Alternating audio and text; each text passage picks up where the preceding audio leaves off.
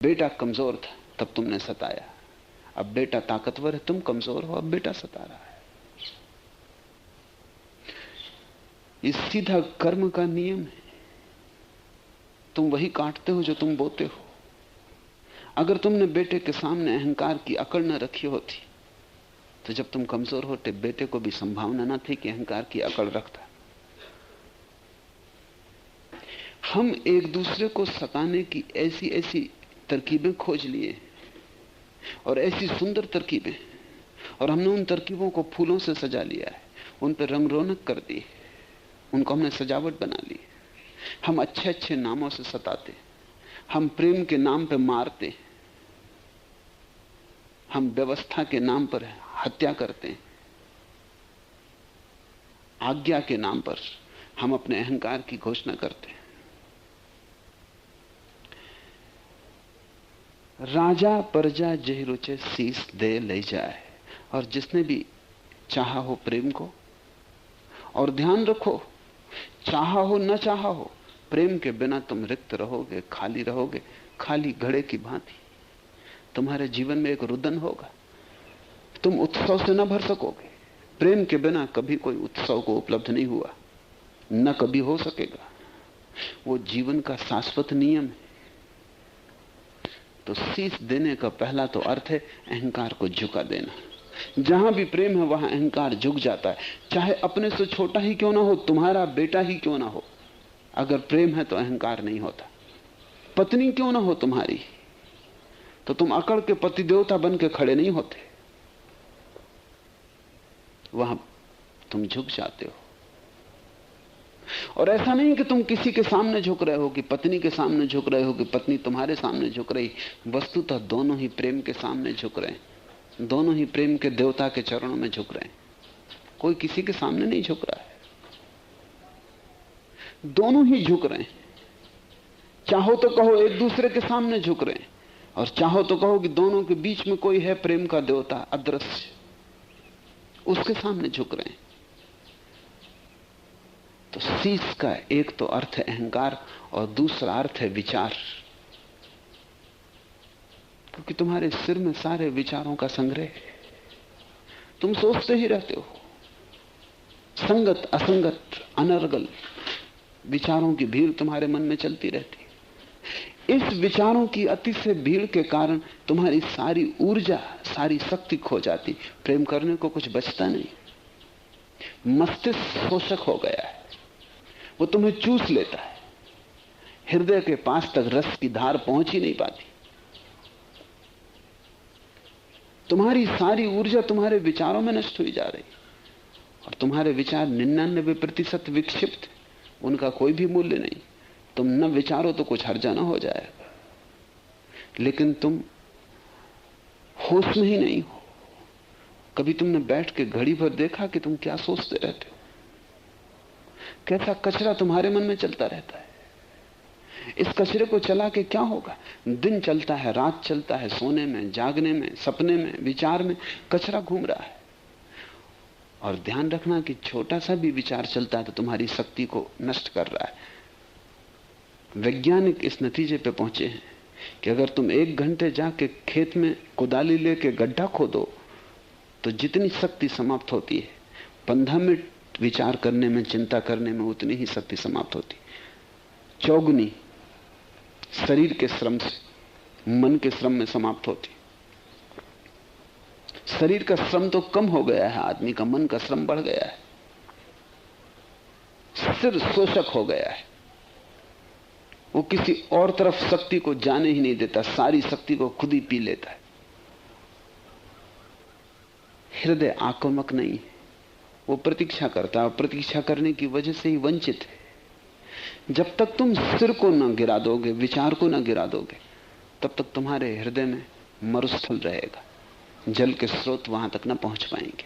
और वहां पड़ा है बीज प्रेम का। जल स्रोत वहां तक पहुंचे तो ही प्रेम अंकुरित होगा। कहते हैं कबीर, प्रेम न बाड़ी उपजे, प्रेम न हाट बिकाए, राजा प्रजा जी रुचे, शीस दे ले जाए। शीस देने को ठीक से समझ लेना। विचार और अहंकार 2 छूट जाएं तो तुम्हारा सिर गिर गया। अब प्रेम की संभावना खुली, अब प्रेम खिलेगा। अब तुमने प्रेम के बीच से बाधा हटा दी। तुम्हारी खोपड़ी के अतिरिक्त और कोई बाधा नहीं है, वही पत्थर की चट्टान की तरह बीच में पड़ी। पोथी पढ़ पढ़ जग मुआ, पंडित हुआ न कोय, ढाई आखर प्रेम का पढ़े सो पंडित होए। कहते हैं कबीर, पोथी पढ़ पढ़ के अनेक लोग मर जाते, जीवन भर पढ़ते रहते हैं और मर जाते, फिर भी ज्ञान को उपलब्ध नहीं होते, क्योंकि ज्ञान का कोई संबंध विचार से नहीं। विचार को तो उपलब्ध हो जाते, बहुत विचार को उपलब्ध हो जाते। जितना तुम पढ़ोगे, सुनोगे, संग्रह करोगे, स्मृति भारी होती जाएगी। तुम बहुत कुछ जान लोगे बिना जाने, बिना पहचाने। केवल शब्दों के कारण तुम्हें यह भ्रांति आ जाएगी कि मैं ज्ञानी हो गया हूं। पोथी पढ़ पढ़ जग मुआ, पंडित हुआ न कोय, ढाई अक्षर प्रेम का पढ़े सो पंडित होए। कबीर के लिए पांडित्य की परिभाषा ज्ञान की परिभाषा है जिसने प्रेम के 2.5 अक्षर पढ़ लिए। और प्रेम के 2.5 अक्षर पढ़ने का कोई उपाय पोथी में नहीं, जीवन की पोथी में ही पढ़ना पड़े, जीवन के विद्यालय में ही आना पड़े, जीवन के प्रांगण में ही वे 2.5 अक्षर पढ़े जा सकते। 2.5 अक्षर, हिंदी में जो शब्द है प्रेम, उसमें 2.5 अक्षर, लेकिन कबीर का मतलब गहरा है। जब भी कोई व्यक्ति किसी के प्रेम में गिरता है तो वहां 2.5 अक्षर प्रेम के पूरे होते हैं। एक तो प्रेम करने वाला एक, जिसको प्रेम करता है वो 2, और दोनों के बीच में कुछ है अज्ञात, वो 2.5।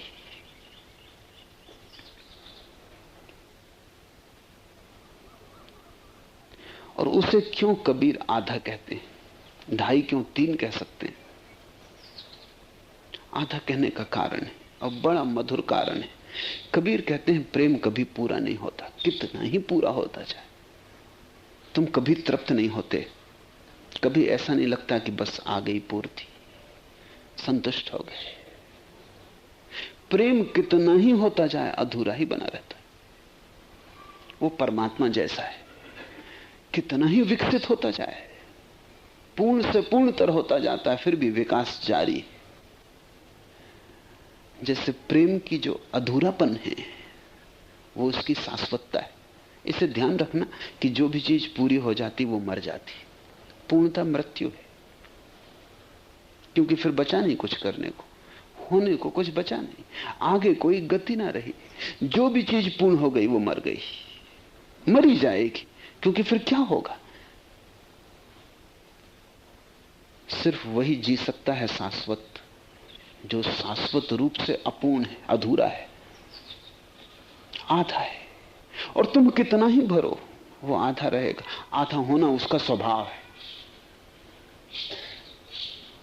तुम कितने ही तृप्त होते जाओ फिर भी तुम पाओगे हर तृप्ति और अतृप्त कर जाती। जितना तुम पीते हो उतनी ही प्यास बढ़ती चली जाती है। ये ऐसा जल नहीं है कि तुम पी लो और तृप्त हो जाओ। ये ऐसा जल है कि तुम्हारी प्यास को और जलाएगा। इसलिए प्रेमी कभी तृप्त नहीं होता, और इसलिए उसके आनंद का कोई अंत नहीं, क्योंकि आनंद वहीं अंत हो जाता है जहां चीजें पूरी हो जाती। कामी तृप्त हो सकता है, प्रेमी नहीं। काम का अंत है, सीमा है। प्रेम का कोई अंत नहीं, कोई सीमा नहीं। प्रेम आदि अनादि, वो ठीक परमात्मा के स्वरूप का है। इस जगत में प्रेम परमात्मा का प्रतिनिधि है। समय की धारा में समयातीत का प्रवेश है, और मनुष्य की दुनिया में अतिमानवीय के किरण का आगमन है। प्रेम प्रतीक है यहां परमात्मा का, और उसका स्वभाव परमात्मा जैसा है। परमात्मा कभी पूरा नहीं होगा, नहीं तो जगत समाप्त हो जाएगा। उसकी पूर्णता बड़ी गहन अपूर्णता जैसी है। उपनिषद कहते हैं उस पूर्ण से पूर्ण को निकाल लो तो भी वो पूर्ण रहता है, उस पूर्ण में और पूर्ण को डाल दो तो भी वो उतना ही रहता है जितना था। वो जैसा है वैसा ही है, उसमें घटबढ़ नहीं होती। प्रेम भी जैसा पहले दिन होता है वैसा ही अंतिम दिन भी होगा। जो चुक जाए उसे तुम प्रेम ही मत समझना, वो काम वासना रही होगी। जिसका अंत आ जाए वो शरीर से संबंधित है। आत्मा से जिस चीज का भी संबंध है उसका कोई अंत नहीं। शरीर भी मिटता है, मन भी मिटता है, आत्मा तो चलती चली जाती। वो यात्रा अनंत है। मंजिल कोई है नहीं, क्योंकि अगर मंजिल हो तो मृत्यु हो जाएगी। तो कबीर कहते हैं ढाई आखर प्रेम का। वो प्रेम के ढाई अक्षर की तरफ तो इशारा करते ही हैं। गहरा इशारा है प्रेम के आधेपन का। प्रेमी और प्रेयसी के बीच एक अदृश्य धारा है, एक अदृश्य आंदोलन है, एक सेतु है जो दिखाई नहीं पड़ता है, जिससे वे दोनों जुड़ गए हैं और एक हो गए। ढाई आखर प्रेम का पढ़े सुपंडित होए, प्रेम गली अति सांकरी तामे दो न समाए। बहुत सकरी गली है प्रेम की, उससे सकरी और कोई गली नहीं, वहां दो ना समा सकेंगे। शुरू में तो ढाई होते हैं, प्रथम चरण में, प्रथम संघात में तो ढाई होते हैं, लेकिन आखिर में प्रेम ही बचता है, बाकी दो खो जाते हैं। लेकिन दोनों को लगता है मैं खो गया हूं, दूसरा है, दूसरे को लगता है प्रेमी खो गया है, मैं हूं। लेकिन वस्तुतः दोनों खो जाते हैं, प्रेम ही बचता है। वो जो मध्य में है वही बचता है, दोनों सिरे खो जाते हैं। प्रेम गली अति सांकरी ताम में दो न समाए। जब मैं था तब हरि नहीं, जब हरि हैं मैं नाए। इसलिए परमात्मा का मनुष्य से कभी मिलन नहीं होता, हो ही नहीं सकता, क्योंकि जब मिलन की घड़ी आती तब मनुष्य खो जाता है, और जब तक मनुष्य होता है तब तक मिलन की घड़ी नहीं आती। ऐसे ही समझो जैसे बूंद को तुम सागर में डालो, तो जब तक बूंद सागर में गिर ही नहीं गई है, अभी थोड़ी दूर थोड़ी दूर थोड़ी दूर, तब तक है, सागर भी है, बूंद भी है। ये ढाई की दशा है, गिर रही है सागर की तरफ, गिरती जा रही है, लेकिन अभी बूंद है, सागर भी है, अभी बीच में थोड़ा फासला है। वो फासला प्रेम से भरा है, आकर्षण से भरा है। बूंद सागर की तरफ गिरती जा रही, लेकिन अभी मिलन नहीं हुआ। जिस घड़ी मिलन होगा उस दिन एक रह जाएगा, ना सागर होगा ना बूंद होगी। बूंद को लगेगा सागर बचा, सागर को लगेगा बूंद बची। इसलिए कबीर एक दूसरे पद में कहते हैं, हेरत हेरत है सखी रहा कबीर हिराई। बूंद समानी समुद्र में सोकत हेरी जाए। बूंद अब सागर में गिर गई, अब उसे वापस कैसे निकालें? ये एक तरफ से, कबीर की तरफ से, बूंद की तरफ से, तुम्हारी तरफ से। पर दूसरी तरफ से भी कबीर ने बात कही है। ठीक दूसरे पद में उन्होंने कहा, हेरत हेरत है सखी रहा कबीर हिराई। समुद्र समाना बूंद में सोकत हेरी जाए। समुद्र की तरफ से समुद्र बूंद में गिर गया, अब उसे कैसे निकालें? एक बूंद का दृष्टिकोण है कि मैं खो गई, सागर बचा। एक सागर का दृष्टिकोण है कि मैं खो गया, बूंद ही बची। बूंद विराट हो गई, सागर बूंद में लीन हो गया। लेकिन अगर ठीक से समझो, अगर उस आधे की तरफ से देखो, तो न सागर बचा न बूंद बची, क्योंकि सागर बूंद के मिलने के पहले कुछ कम था। एक बूंद की कमी थी, वो भी कुछ कम कमी तो नहीं। बूंद सागर से मिलने पहले बहुत कम थी, पूरा सागर कम था। अब दोनों ना रहे, अब प्रेम ही बचा। वो ढाई मात्रा बची, वो बीच का सेतु बचा।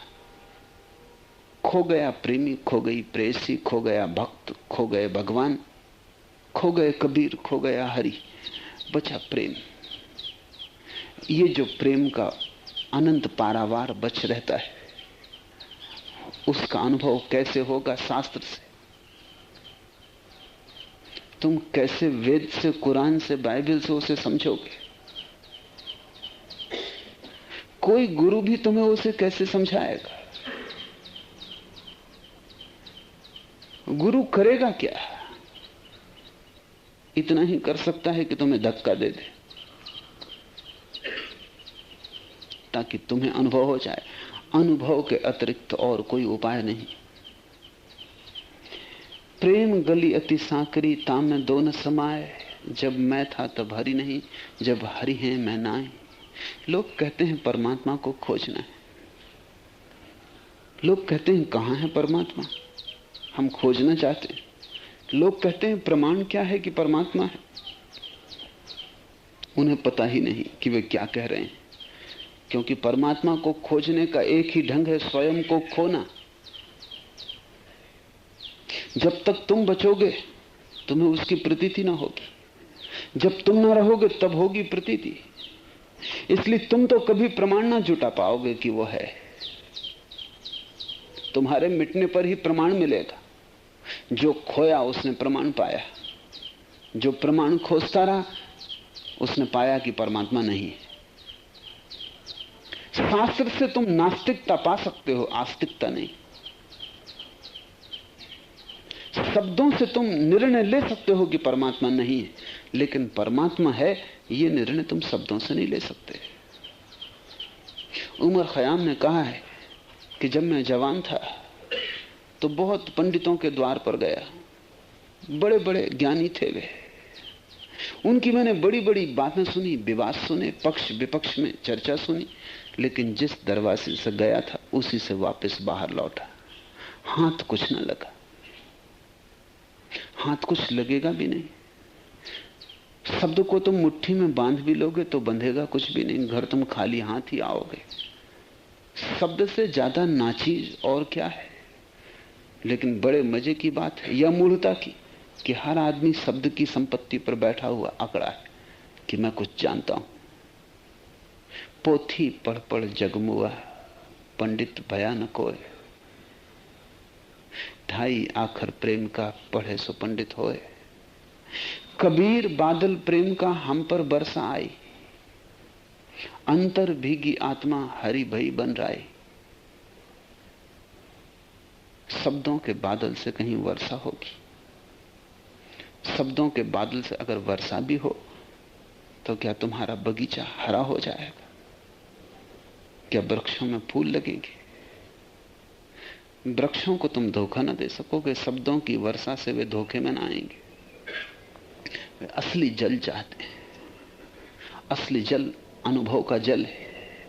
कबीर बादल प्रेम का हम पर बरसा आई, और जैसे ही तुम सिर को हटा दोगे वर्षा हो जाएगी। जैसे ही तुम्हारा अहंकार ना होगा बादल बरस जाएगा। बादल तो घुमड़ ही रहा है तुम्हारे ऊपर सदा से। बादल ने तो एक क्षण को तुम्हें छोड़ा नहीं है, क्योंकि वो तुम्हारा अंतरतम स्वभाव है, वो तुम्हारे आत्मा का होने का गुण है। प्रेम कुछ ऐसी चीज नहीं है कि जिसे हम बाहर से लेते हैं और देते हैं। प्रेम तो ऐसे ही है जैसे आग में अग्नि है और जल में शीतलता है।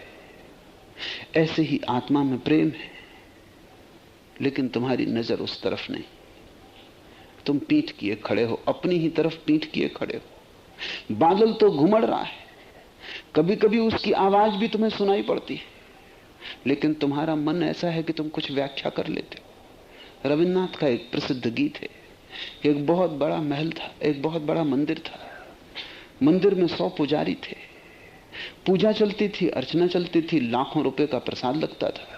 एक रात बड़े पुजारी ने स्वप्न देखा कि मंदिर का जो प्रभु है उसने कहा कि आज रात में आ रहा हूं, तैयारी पूरी कर लो। सुबह जागा, सोचा सपना सपना है। और पुजारियों को भगवान पे बिल्कुल भरोसा नहीं होता। मंदिर आने वालों को थोड़ा बहुत होता भी हो, मंदिर को जो धंधे की तरह चला रहे हैं उनको कभी नहीं होता, हो भी नहीं सकता, क्योंकि वे जानते हैं कि सिर्फ धंधा है। पर फिर भी डरा भी बड़ा पुजारी कि हो ना हो, कहीं सपना सच ना हो, कहीं ऐसा ना हो कि हम बिना तैयारी में हों और वो परमात्मा आ जाए, हम मुश्किल में पड़ जाएं। तो सोचा उचित है अपने साथियों को कह दूं।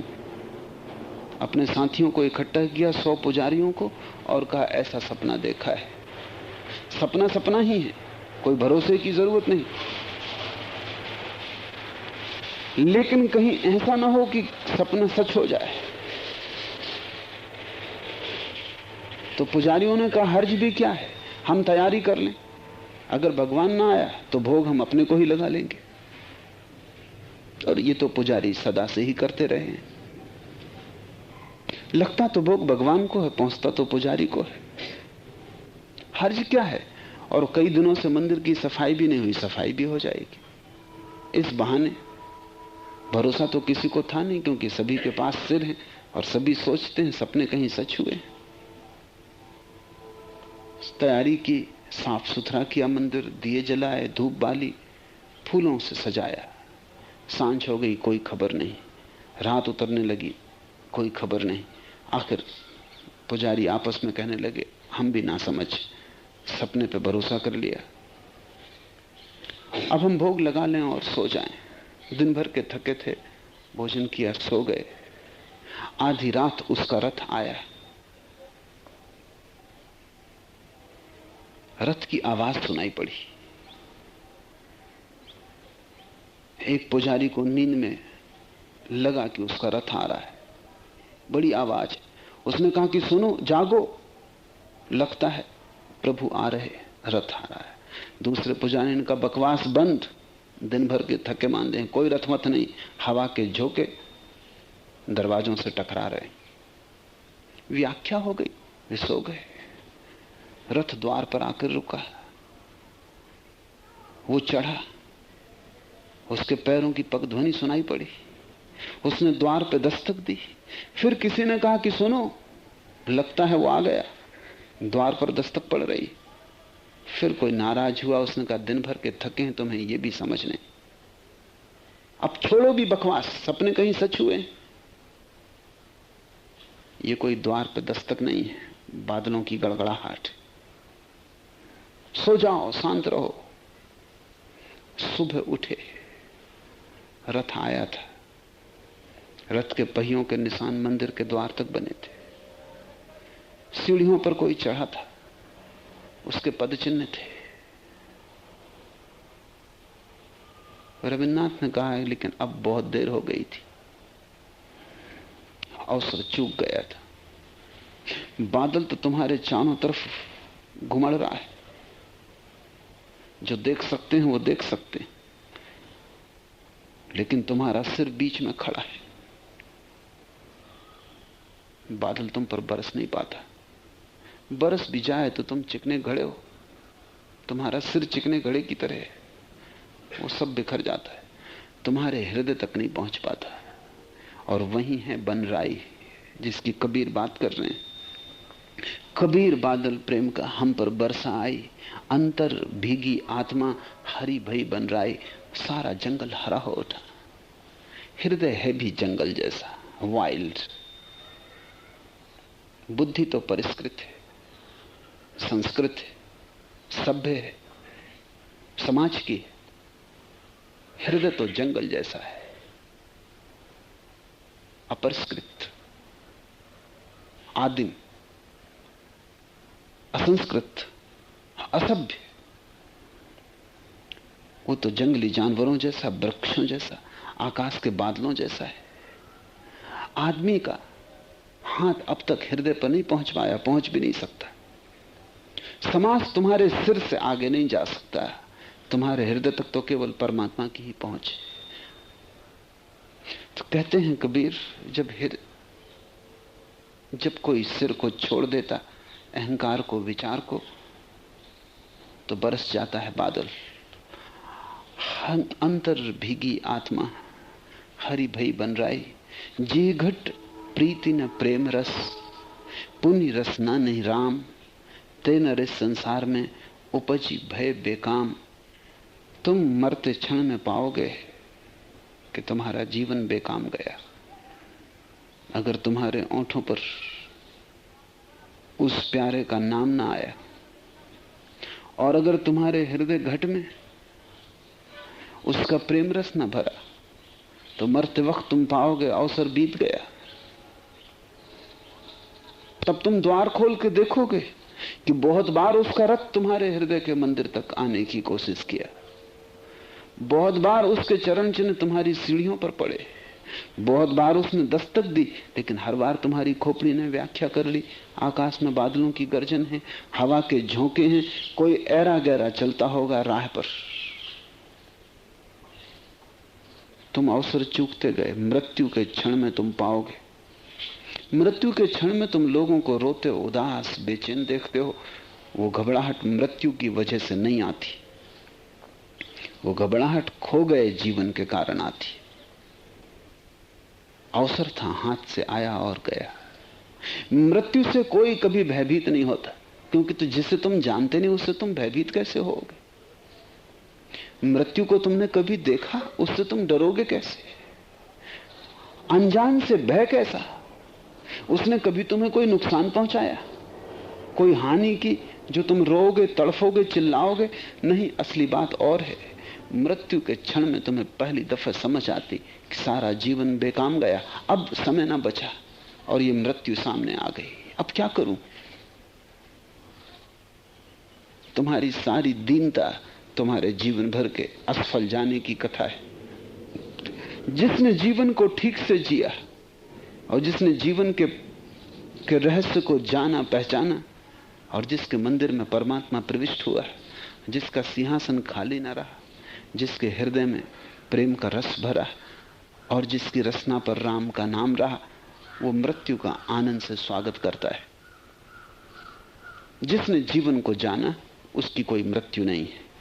वो जीवन को जानकर मृत्यु को विश्राम की तरह पाता है, एक गहन विश्राम जीवन की थकान के बाद। तुम डरोगे, डर जीवन के बेकाम जाने से आता है। ते नर संसार में उपजी भय बेकाम, जी घट प्रीति न प्रेम रस, पुण्य रसना नहीं राम। हमेशा टटोलते रहना अपने हृदय में कि वहां प्रेम का रस अब तक भरा या नहीं। समय जा रहा है, तुम समय को रोक ना सकोगे, तुम लौटा भी ना सकोगे। कोई कभी लौटा नहीं सका, कोई समय की धारा को रोक नहीं सका। वो जा ही रहा है। प्रतिपल तुम्हारे हाथ से जीवन खिसका जाता है। हर घड़ी तुम मौत के करीब पहुंच रहे हो। किसी भी क्षण मौत आ जाएगी, और मौत किसी को क्षमा नहीं करती, और मौत किसी को दया नहीं करती, और मौत से तुम एक क्षण भी मांगोगे ज्यादा, वो भी नहीं मिल सकता।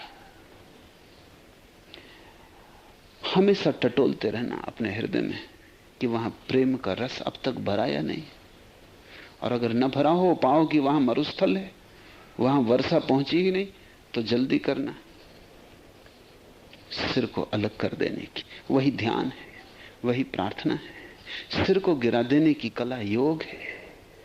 अहंकार और विचार छूट जाएं तो तुम्हारे हृदय में रस भरने लगेगा। वर्षा तो हो ही रही है।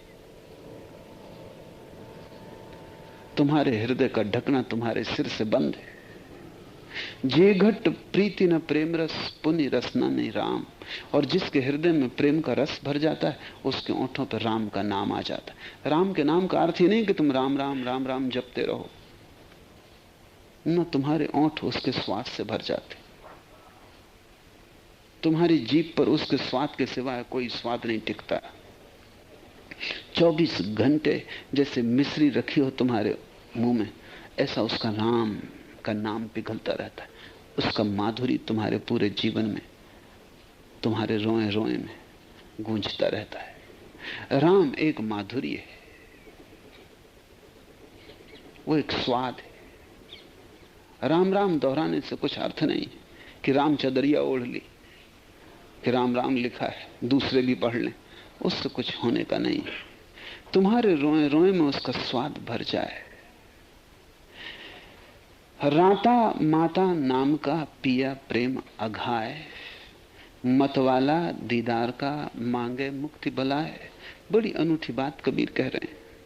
वो कह रहे हैं कि जो उसके नाम के रस में डूब गया, राता माता नाम का, जो उसके नाम के प्रेम में मत्त हो गया, उन्मत्त हो गया, पागल हो गया। राता माता नाम का पिया प्रेम अगाह है, इतना प्रेम पी गया कि बहने लगा प्रेम ऊपर से। तुम तभी दूसरे लोगों को प्रेम कर पाओगे जब परमात्मा के प्रेम से इतने भर जाओ कि ओवरफ्लो, कि तुम्हारे घट के ऊपर से बहने लगे। वही स्थिति उन्मत्त की स्थिति है। ऐसी घड़ी आती है जब तुम्हारे पास इतना होता है कि तुम न दो तो मुश्किल में पड़ जाओ। तुम इतने भर जाते हो कि तुम न उलीचो तो मुश्किल में पड़ जाओ। कबीर ने कहा है, दो ही हाथ उलीचिए। अभी हालत ठीक उल्टी है।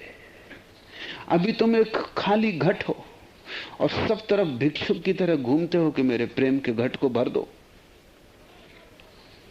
तुम एक भिखारी हो। तुम हर किसी के सामने खड़े हो जाते हो कि जरा सा प्रेम दे दो। तुम्हारी आंखें प्रेम मांग रही हैं, भीख मांग रही हैं। जरा सा भी कोई तुम्हारी तरफ मुस्कुरा कर देख जाता है, तुम बड़े खुश हो जाते हो। तुम्हारी दरिद्रता का अंत नहीं। कोई कंकड़ भी डाल देता तुम्हारे पात्र में तो तुम हीरा समझ लेते हो। तुम 24 घंटे मांग रहे हो एक दूसरे से कि प्रेम दो, प्रेम दो, हाय हाय मची, प्रेम दो। और ध्यान रखना, जिनसे तुम मांग रहे हो वे भी तुम्हारे ही जैसे खाली घड़े। वे सिर्फ आश्वासन दे सकते हैं, प्रेम नहीं दे सकते। देना भी चाहे तो नहीं दे सकते।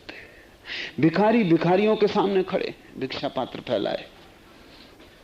हर भिखारी अकड़ दिखा रहा है कि मैं सम्राट हूं, लेकिन भीतर से भिखारी है, मांगने आया है, देने की बातें कर रहा है। देने की बातें करता है मिलने के लिए। तुम थोड़ा सा प्रेम देते दिखाई भी पड़ते हो, वो भी सिर्फ इसलिए ताकि लौटे। वो एक सौदा है। दूसरा भी तुमसे प्रेम की बातें कर रहा है, वो भी तुम्हें चूस लेना चाहता है। इस संसार में सभी एक दूसरे से प्रेम मांग रहे हैं। बेटा बाप से, बाप बेटे से, पत्नी पति से, पति पत्नी से, मित्र मित्र से, सब एक दूसरे से प्रेम मांग रहे हैं, प्रेम दो। और कोई भी ये नहीं देख रहा है कि जिनसे हम मांग रहे हैं वे भी हमसे मांगने आए हुए। इसलिए तो प्रेम असफल होता है। शुरू में थोड़े दिन धोखा चल जाए। धोखा कितने दिन चलेगा कि दूसरा भी भिखारी है, हम अच्छी मुसीबत में पड़े। एक स्त्री को तुम देखते हो, लगती है प्रेम से लबालब है। एक स्त्री तुम्हें देखती है, लगते हो तुम प्रेम से भरे हो। वो सब धोखा है। वो ऐसे ही जैसे कोई मछली को पकड़ने के लिए कांटे में आटा लगाता है। वो सिर्फ आटा है, भीतर कांटा है। तो प्रेम टिक जाए 2-4 दिन तो भी बहुत है, क्योंकि 2-4 दिन में ही तुम परिचित हो जाओगे कि दूसरा भी भिखारी है, हम भी भिखारी हैं। पास आते ही पहचान हो जाएगी कि दूसरा भी मांगने की इच्छा से आया था, लेकिन देने की बातें कर रहा था। हम भी मांगने आए थे और देने की बातें कर रहे थे। सब कहते हैं प्रेम देंगे और सब मांग रहे हैं। छोटे छोटे बच्चों से भी तुम मांगते हो। तुम्हारे भिखारीपन का कोई हिसाब नहीं। पहले दिन का बच्चा है, मां उसकी तरफ देखती और चाहती वो मुस्कुराए। मांग शुरू हो गई। अभी बच्चा आया भी नहीं है जमीन पर, लेकिन मां कह रही मुस्कुराओ। वो उसे गुदगुदाती है, ऊपर से मुस्कुरान ठोकती है उसके ऊपर, मुस्कुराती है, चेष्टा करती है कि वो सीख जाए। बच्चा थोड़े दिन में राजनीति सीख जाएगा। वो समझ जाएगा कि मुस्कुराने से लाभ है, कि मुस्कुराओ मां खुश होती, न मुस्कुराओ नाराज होती। तब वो भी मुस्कुराएगा। वो मुस्कुराहट ऊपर से होगी, थोप लेगा। छोटे छोटे बच्चे कुशल हो जाते हैं तुम्हारे साथ रह के। सत्संग का प्रभाव। और वो भी मतलब से। जब उनको भी मतलब नहीं होता, तुम लाख करो उपाय, वो भी नहीं मुस्कुराते, क्योंकि बेमतलब क्या सार है। जब मतलब होता है तो देखो बच्चे कैसे तुम्हें फुसलाते, तुम्हें सब तरह से राजी करते, हंसते हैं, नाचते हैं, जिससे बड़े प्रसन्न हैं। भिकमंगे हैं सभी, और तब तक भिकमंगे ही रहेंगे जब तक जी घट प्रीति न प्रेम रस, पुण्य रसना नहीं राम, ते नरे संसार में उपजी भय बेकाम। लेकिन जब कोई अपने स्थिति को ठीक से समझ लेता है और विचार और अहंकार को हटा देता है, और हटाने में क्या अड़चन है? क्या तुमने पाया है उनसे? कुछ भी तो नहीं पाया, फिर भी पकड़े हो। तुम्हारी दशा वैसी है जैसा लोग कहते हैं कि डूबता हुआ तिनके का सहारा ले लेता, और तुम उससे अगर कहो कि तिनका है मूर्ख, डूबेगा तू, बचेगा नहीं इससे, तो वो आंख नहीं खोलता, क्योंकि डर लगता है कहीं सच में ही तिनका ना हो। क्योंकि अगर तिनका हुआ तो एक आशा थी, वो भी गई। आशा के सहारे लोग जीते हैं। तुम सोचते हो कुछ ना कुछ हो जाएगा, पकड़े रहो थोड़ी देर और, अभी तक नहीं हुआ माना, लेकिन कौन जाने कल कुछ हो जाए। लेकिन जो अब तक नहीं हुआ है वो कल भी नहीं होगा, जो आज तक नहीं हुआ है वो कल कैसे हो जाएगा? तुम्हें अपने को बदलना ही पड़ेगा। बिना बदले अब तक नहीं हुआ, जन्मों जन्मों से तुमने कोशिश की, बिना बदले तुम पुनरुक्त करते जाओगे, अपने को दोहराते रहोगे। राता माता नाम का पिया प्रेम गाह, लेकिन जो सिर को काट के रख देता है, शीश दे ले जाए राजा प्रजा जी रुचे, वो उन्मत्त हो जाता है, वो मत हो जाता है, एक मस्ती आ जाती है, उसके रोए रोए से प्रेम झरने लगता है। मत वाला दीदार का मांगे मुक्ति बुलाए, वो मुक्ति भी नहीं मांगता। वो परमात्मा से नहीं कहता कि मुझे मुक्ति दे दो, वो कहता है मेरी बला से मुक्ति चाहे भाड़ में, मुझे सिर्फ तेरा दर्शन चाहिए। भक्त मुक्ति नहीं मांगते, भक्त कहते हैं सिर्फ तेरा दर्शन हो जाए, मत वारा दीदार का, बस तेरी दीदार मिल जाए, तुझे एक बार देख लूं, भर नजर मांगे मुक्ति बुलाए। और मुक्ति की मुझे कोई आकांक्षा नहीं, इसे थोड़ा समझ लेना जरूरी है, क्योंकि यह हो सकता है मुक्ति भी अहंकार का रूप हो। अक्सर होता है 100 में 99 मौके पर, जब तुम कहते हो मैं मुक्त होना चाहता हूं, तो ये मैं ही है जो मुक्त होना चाहता है। तुम्हारा मोक्ष भी तुम्हारे अहंकार का ही फैलाव है। वहां भी तुम मैं को बचा लेना चाहते हो। तुम कहते हो शरीर गिरेगा, मन गिरेगा, सब गिर जाएगा, लेकिन मैं बचूंगा। उस मैं को तुमने आत्मा का नाम दे दिया है, मेरी मुक्ति। लेकिन ध्यान रखो, एक ही मुक्ति है, और वो मुक्ति है मैं से मुक्ति। मेरी कोई मुक्ति नहीं हो सकती। मैं कैसे मुक्त होऊंगा? मैं ही तो बंधन हूं। इसलिए मैं कभी मुक्त नहीं हो सकता। मैं का कोई मोक्ष नहीं है, मैं से मोक्ष है। इसलिए भक्त उस मोक्ष को उपलब्ध हो जाते हैं जिसको योगी अनेक बार वंचित रह जाते हैं जिसको पाने से। क्योंकि योगी कहता है मुझे मुक्ति चाहिए, मैं मुक्त होना चाहता हूं। ये मोक्ष भी मैं से ही जुड़ा लगता है, ये भी मैं की ही वासना लगती है, आखिरी वासना। कितनी ही शुद्ध, लेकिन वासना वासना है। और कितने ही स्वर्ण की बनी हो जंजीरें, जंजीरें जंजीरें हैं। कबीर कहते हैं राता माता नाम का पिया प्रेम गाह, मत वाला दीदार का मांगे मुक्ति बलाए। वो कहता है मेरी बला मांगे मुक्ति, मैं तो सिर्फ तेरे दर्शन चाहता हूं। वो मुक्ति को भी छोड़ देता है, लेकिन उस छोड़ने में ही मुक्त हो जाता है, क्योंकि एक ही मोक्ष है। जहां कोई वासना न रह जाए वही मोक्ष। ये वासना भी नहीं है कि मैं मुक्त हो जाऊं, सिर्फ दीदार, सिर्फ तुझे देख लूं, सिर्फ तेरा दर्शन हो जाए, एक झलक मिल जाए। भक्त बड़े कम से संतुष्ट हो जाता है, इसलिए उसे सब मिल जाता है। योगी सबकी मांग करता है। ध्यान रखना, तुम जितने कम से संतुष्ट हो जाओगे उतने ज्यादा को पाने के हकदार हो जाओगे। अगर तुम जैसे हो ऐसे ही संतुष्ट हो जाओ। मैं तो तुमसे कहता हूं दीदार भी मत मांगना। तुम ये भी मत कहना कि तेरी एक झलक, वो आकांक्षा भी क्यों रखनी, जो तेरी मर्जी। झलक तो झलक, न झलक तो न झलक, तो तुम इसी क्षण मुक्त हो जाओगे। अकथ कहानी प्रेम की कछु कही न जाए, गूंगे केरी सरकरा खाई और मुस्काए। कबीर कहते हैं ये कहानी प्रेम की, कि जो भी अपने शीश को रख दे ले जाए, जो भी अपने शीश को गिरा दे उस पर बरस जाता है प्रेम का मेघ, भर जाता है हृदय का घट, बहने लगता है ऊपर से, बटने लगता है दूसरों को। और प्रेम ऐसी मुक्ति है कि मोक्ष की भी वहां चाहना नहीं। प्रेम इतनी परम मुक्ति है कि वहां मुक्ति की भी कोई वासना नहीं रह जाती। ऐसी अकथ कहानी प्रेम की कछु कही न जाए। कहना कठिन है इस कहानी को, कहना असंभव है। जाने सो जाने, झीले तो जाने, अनुभव हो जाए। इसलिए कबीर कहते हैं गूंगी केरी सरकरा, जिससे गूंगे ने खा लिया हो गुड़ या शक्कर, खाई और मुस्काए। अब वो बैठा मुस्कुरा रहा है, स्वाद ले रहा है। तुम पूछते हो क्या मामला है, वो गूंगा है, वो कुछ कह नहीं सकता, मुस्काता है, प्रसन्न है। गूंगे केरी सरकरा खाई और मुस्काए। जिसने उस प्रेम के रस को पी लिया वो मुस्काता है। वो गूंगे जैसा हो गया, कहने को कुछ सूझता नहीं, इतने श्वास से भर गया कि कहने वाला बचा नहीं। तुम उसकी मुस्कुराहट समझ लो तो वही इशारा है। संतों के पास जाना,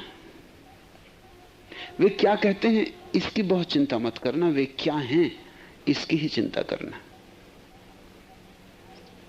उनके होने में ही इशारा है, कहने की तो वो कहानी नहीं।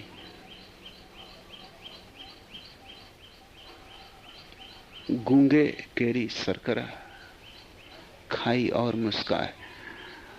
सत्संग का एक ही अर्थ है कि तुम संतों के पास बैठना जिन्होंने उस गुड़ को चख लिया, उस मिठास को, वो स्वाद जिनको आ गया। तुम उनके पास बैठना और उनके पूरे पूरे रोए में, उनके जीवन में व्याप्त जो एक आनंद का भाव है, वो जो एक मुस्कुराहट है, जो एक प्रफुल्लता है, जैसे उनका रोआ रोआ एक फूल है, उनकी सुगंध को पीना, उनके स्वाद में डूबना, उनके रंग में रंग जाना। वे क्या कहते हैं इसकी बहुत फिक्र मत करना, वे क्या हैं तो ही शायद तुम समझ पाओ, और समझ पाओ तो तुम्हारी गति हो सके, तुम आगे बढ़ सको। आज इतना ही।